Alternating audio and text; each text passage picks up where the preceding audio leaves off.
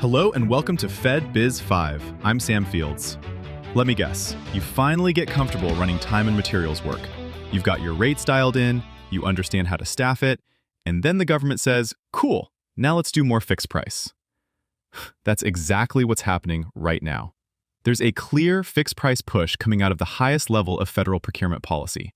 And whether you're a small prime, a subcontractor, or you're building toward your first prime award, this shift is going to change how solicitations are written, how proposals are evaluated, and how risk gets allocated. So today, we're breaking down what this fixed price push really means and what small businesses need to do now to protect margin, avoid bad wins, and position for the opportunities that come with the shift. All right, let's talk plain English. Fixed price is simple in concept. The government agrees to pay a set price for defined work or outcomes. If you deliver efficiently, you protect profit. If you underestimate labor, misjudge scope, or eat uncontrolled changes, you absorb the pain. That's why fixed price can be great, and also why it can be brutal.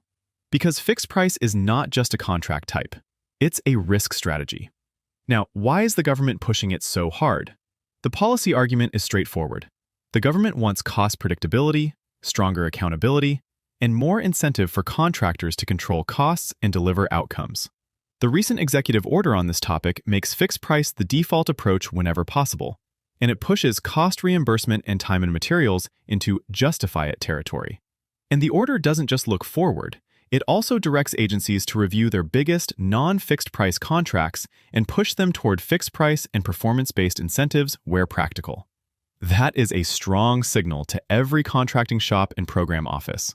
Define the work, measure the outcome, control the cost.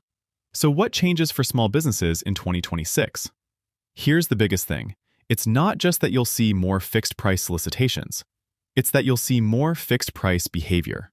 Tighter scopes, more defined deliverables, more performance metrics, more pricing scrutiny, more pressure to justify any contract type that allows costs to float.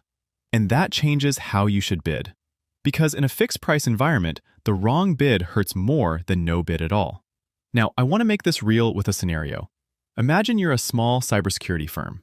You've been living in a world where the scope evolves. Threats change. Systems change. The agency discovers issues midstream. The work expands. Under time and materials, that's manageable.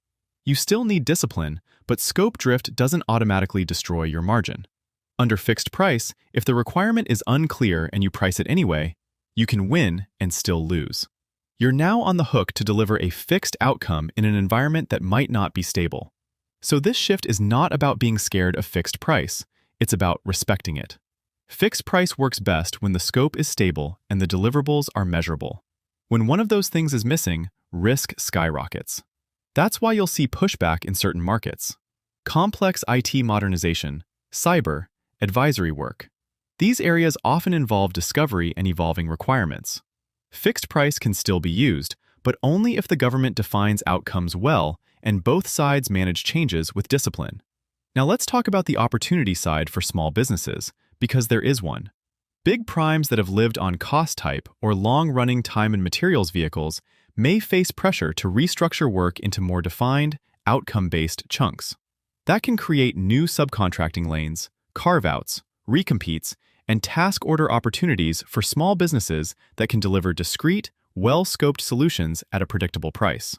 Small businesses can actually do well here because many are leaner, more specialized, and carry less overhead. When the government wants a defined outcome at a defined price, a focused small firm can look very attractive, if they can prove performance and price discipline. Now, let's talk about the risk side, because this is where small firms can get hurt. The biggest risk is the government trying to force fixed price onto requirements that aren't mature enough. You'll know it when you see it. Vague deliverables, missing quantities, unclear service levels, undefined acceptance criteria, open-ended support as needed language. A requirement that reads like a moving target. Under fixed price, those are red flags, because you can't price what you can't define. And on the subcontracting side, small businesses need to watch how primes push risk downhill. Sometimes, a prime will win a fixed-price deal and then try to structure subwork in a way that transfers the uncertainty to you. If you don't control the scope, you shouldn't absorb the scope risk. So, what should contractors be doing right now? Let's make it practical. First, review your pipeline through a fixed price lens. Look at the opportunities you're tracking and ask a hard question. If the government makes this fixed price, can we still bid it responsibly? If the answer is not without guessing, that's not a pricing problem, that's a scope problem. Second, improve pricing discipline. In fixed price, you don't get paid for optimism. You need disciplined labor assumptions, realistic escalation, tight subcontractor quotes, a clear view of indirect costs, and a contingency strategy that matches the actual risk in the scope. Fixed price does not mean race to the bottom. It means your price has to be defensible and performable. Third, tighten proposal language around risk. Evaluators need to believe you can deliver at your price. So your technical approach should do three things clearly. It should show you understand the requirement. It should show how you manage delivery and quality. And it should show how you manage risk, especially in areas like onboarding, staffing continuity, surge, and scope control. The most common mistake small firms make is submitting a proposal that reads like capability marketing, not a delivery plan. Fourth, ask better questions during Q&A. This might be the most underrated move you can make in a fixed price environment. If a solicitation is unclear, ask questions that force clarity. Ask about volumes, acceptance criteria, deliverable formats, transition timelines, government-furnished information, system access, staffing expectations, historical workload data. The goal is simple: reduce guesswork before you price. Do not wait until performance to discover the scope was bigger than it looked. Fifth, get serious about change management. Fixed price success often comes down to what happens after award. When the government asks for something outside the agreed scope, contractors need to document it fast and cleanly. That means internal discipline, good records, clear communications, and the confidence to request a modification when the work changes. In a fixed-price contract, sloppy documentation equals margin leakage. Sixth, expect inconsistency across agencies during rollout. This policy push will not look identical everywhere at first. Agencies may implement through deviations and internal guidance before everything is harmonized. So you may see different clause language, different approval behaviors, and different acquisition strategies depending on the agency. Your job is to stay alert and treat contract-type signals as meaningful, not as background noise. Now, let's land this. The fixed price push is not just a headline. It's a practical change in how the government wants to buy. Fixed price can reward strong small businesses. It favors contractors that know their numbers, scope work tightly, manage delivery well, and protect margin through disciplined execution. But it can punish contractors that bid unclear work too aggressively, or fail to manage scope once the award is made. So this is the moment to sharpen your process. Review your pipeline.